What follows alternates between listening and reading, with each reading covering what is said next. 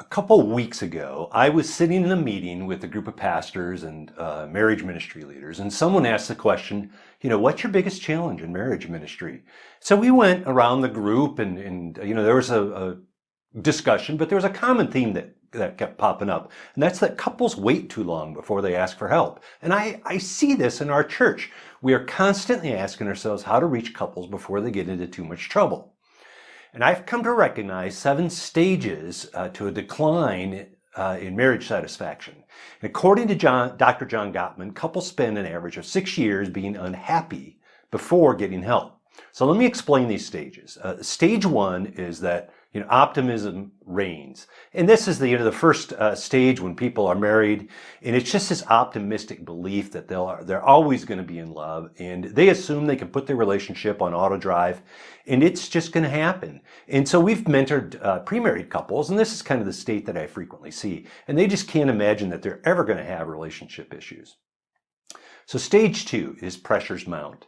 So we get focused on all the daily demands like kids and jobs, finances, chores, etc. And all of these things can cause your relationship to drift off course. And the relationship comes under stress because of the stressors in our lives. So stage 3, the positive interactions decline. And I think women tend to notice the absence of the positive interactions, and they tend to be more sensitive to the health of the relationship. So the wife starts to complain in some way, and they suggest a marriage class, or they ask to spend time talking. And men tend to keep their eyes on the prize, and that's their job, their friends, their kids, their house, or something else.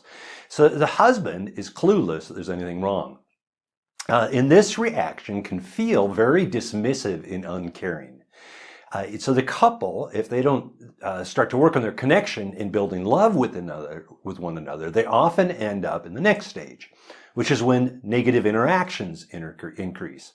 So the wife who sees the declining relationship moves from being nice about it to being not so nice. And soon she criticizes, she demands, she becomes sarcastic, contemptuous, and the husband reacts by defending and counter-criticizing and withdrawing. And so resentment grows. Stage 5 is this lost hope stage. And the woman loses hope, and she loses the optimism that they once had. And now she doesn't think that her husband's ever going to change. And so she loses hope in the relationship, and she starts to pursue other interests. And she throws herself into things like, kids, jobs, friends, whatever. And eventually the relationship starts to die. And so he starts to feel like he's failing and he's being rejected. So stage 6, suddenly the husband wakes up and he starts to sense that the relationship isn't going well, and he starts to want to work on it. But often the wife sees this as just too little, too late. And then there's the stage 7, and that's the let's work on this stage. And lots of times neither spouse is at this stage at the same time. And I love it when a couple gets to this stage, and hopefully they've decided to work on it earlier rather than later. So why are all these stages so important? Well, it helped me as a marriage mentor when I was able to recognize these stages, and the stages helped me to understand how a relationship declines. And are these always the same phases for every relationship? Well, no, of course not. But I've seen this similar pattern many times in my work with couples. And it's not always the wife that notices the issues first. Sometimes the husband is more aware of a declining relationship. The truth is that couples can work on their relationship, but it's going to take some work and it's going to take some motivation in order to improve. But I see in this progression a warning to people to take their relationship more seriously and build into the relationship now before it reaches a more serious level.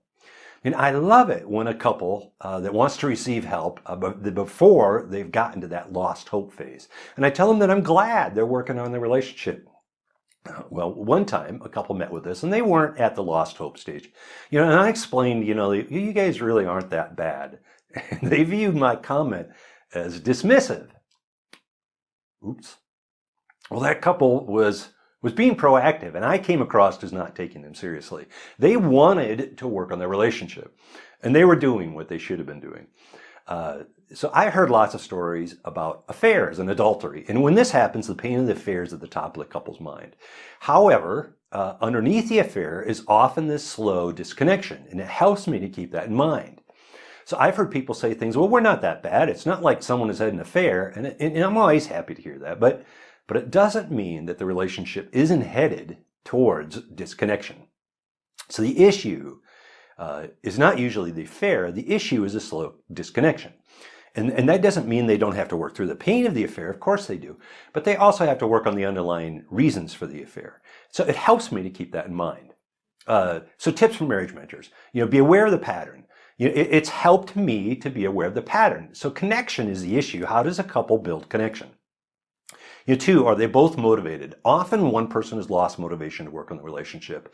And it's important to be aware of that. And you can determine if there might be parts of their relationship they're willing to work on. And 3, validate where they're at. If a couple is early in the process, that's just great. Just remember that working on the relationship is serious to them. And if a couple or a person is late in the process, then validate their loss of hope. That's okay. Hope can come back with a little bit of work. So those 3 tips again. 1, be aware of the problem. 2, ask, are they both motivated? And 3, validate where they're at.